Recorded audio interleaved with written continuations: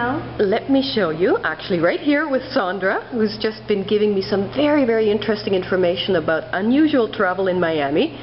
And we are in a very unusual place right now, the Spanish Monastery, the oldest building in the Western Hemisphere, a monastery that was built in Segovia, Spain between, I think, 1137 and 1143, right? 1133 and 1140. Okay, I knew I got the numbers wrong. That's good.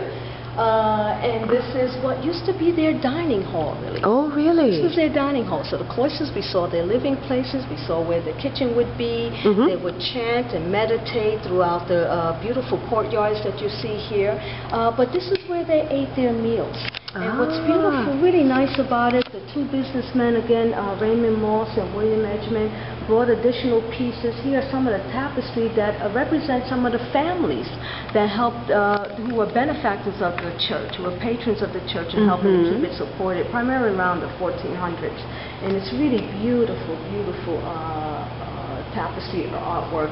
And this one in particular, again, you see the castle. And the first one here, yeah, Castile and Leon, a Spanish province, yes. But right now, it's currently used as a church. Okay. You see? And what's interesting about this building, just to go back just a moment, is that when the gentlemen went over, they all put it inside of a crate and they brought it over from Spain over to the Americas, and it sat in a warehouse for many, many years because Hearst did not want to sell it at all. What happened was that there was a hoof and mouth disease that was breaking out. I think you know it more as a mad cow disease in Spain, and they were concerned that the hay in which the crates were packed with were contaminated. Oh, really? So what happened was they took out the stones, burned the hay, but didn't put it back in the right crate. Oh, no. And they didn't know about it until they dismantled it here. So the numbering was all off?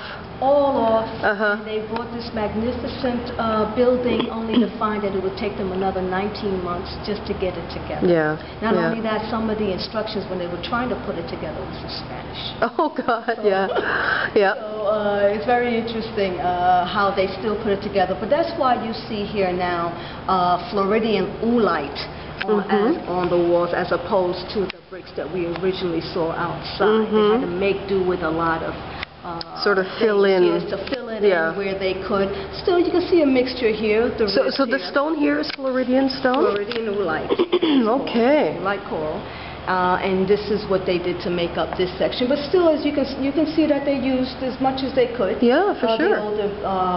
The older bricks here. And then there's some pieces, interesting pieces, that were not a part of the original collection, but those that either Moss collected or was with the Hearst warehouse when that was up for sale. And one is here is marble, Italian marble relief of the Nativity scene, very beautifully done.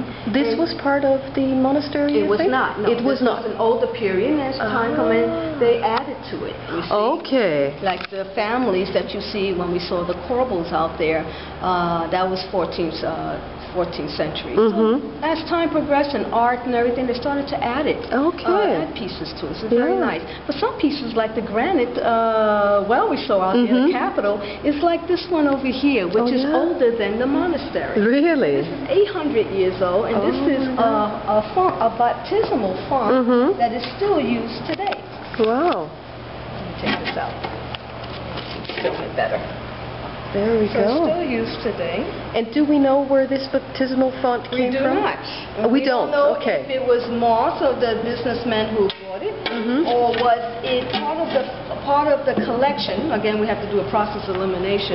Part of the collection of the Hearst Foundation that they allowed the gentlemen to purchase. Okay. But they themselves were into medieval art, so we know that they also collected quite a bit. Exactly. So it's a little bit of a puzzle for us as well. Lots of mysteries. Is used, and then their intention was to use it as a tourism attraction, and they were doing pretty well for a while. But then they started to have financial problems. They were really heavy developers. Those two gentlemen, by the way, helped to develop Winter Springs in Florida. Now, Winter Springs, I'm not familiar with. There, where Orlando is. Oh, I think that's maybe near. I forget. Winter Park?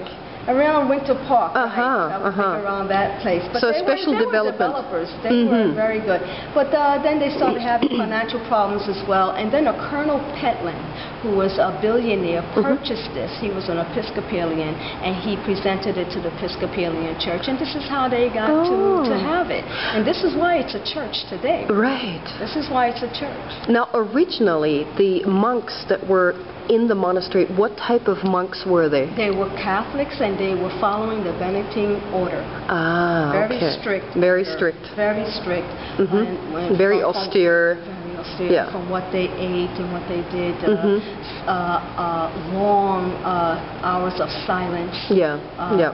And these things. Not a life of leisure and pleasure. Not a life of leisure, but consider the time that they were living in. Not all of them were here necessarily to become priests themselves or for religious purposes. It was a very violent time during that time. So sometimes many of the men came here just to escape those times and would prefer to be here among these walls, protected. And the other thing also at that time, that thinking was that the goal of life was to be as close to heaven as you could. Exactly. So either you were destined for a particular job, career, and doing something particular. That was still the Romanesque period, right? 1140s. Heavy Catholic. And the reason why I'm going to introduce you now to Saint Bernard de Clairvaux, who was a very important figure of that time. Saint Bernard de Clairvaux, what he was famous for was his passion for Christ, for heaven, for the attainment of getting to heaven, securing that through his soul, and bringing so many other people with him. What he's famous for is that when he was about 22, he was so eloquent in his speech, very intelligent person, very rich, by the way, he denounced all his riches, but he was so eloquent and so convincing that he convinced all of his brothers except for one, an uncle, and friends and families that wound up being about 30 people that he convinced to come with him to the monastery. His first time. Really? And during his time, more monasteries were made than any other period. Wow. And he's also famous for being a peacemaker. And as much as they wanted him to be a bishop, he declined the job 3 times. So one of his representations would be 3 mitres, the hat of the bishop, and declining that. And you'll see him there with a monastery in his hands. Now the painting here, it's not a painting, it's a stained glass window. Yes. Is that original from somewhere or where? Okay. Yes, from Spain, part of the collection. We feel, as much as we can verify these things. And it was brought over, but it was named originally, this church and the monastery and all this was named after Our Lady Queen of Angels. But then when he was canonized in 1174, he became a saint. Then it was renamed in his honor. Oh, okay. So it was very popular. He's also called the Doctor of the Church. You look him up, and under him were 2 popes. But he's really well known for being a peacemaker in a very big way. Okay. He's a very eloquent speaker, very convincing. Over here, this window, by the way, is the smoke stains from the other side where was the kitchen. Right? Oh, yeah. The door is right next door there. I can see that, Smoke stains. And what's interesting about these 2 windows, supposedly there are only 3 in the world, and these are called telescopic windows. And these telescopic windows, 2 are here. One we think is in a cathedral in France, and it's for that period, for that time. This was really something tremendous work of art. They're beautiful. Christ with the 7 candlesticks, and St. John the Baptist receiving instructions from an angel. Over here we have a picture of St. Bernard made by Francisco Volta, 13th century. The arms of Christ there. And this was borrowed, I'm not sure, we think it's from Vizcaya, a copy of it. I think we had an original there, but concern for